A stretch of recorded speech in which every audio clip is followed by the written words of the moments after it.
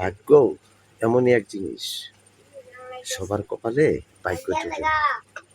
যারা গেছে তারা তো গেছে, এখন থেকে আর কোনো চোর বাটপার ইচ্ছা করলেই ইউরোপ কান্ট্রির কোনো দেশে নিরাপত্তার জন্য আবেদন করতে পারবে না।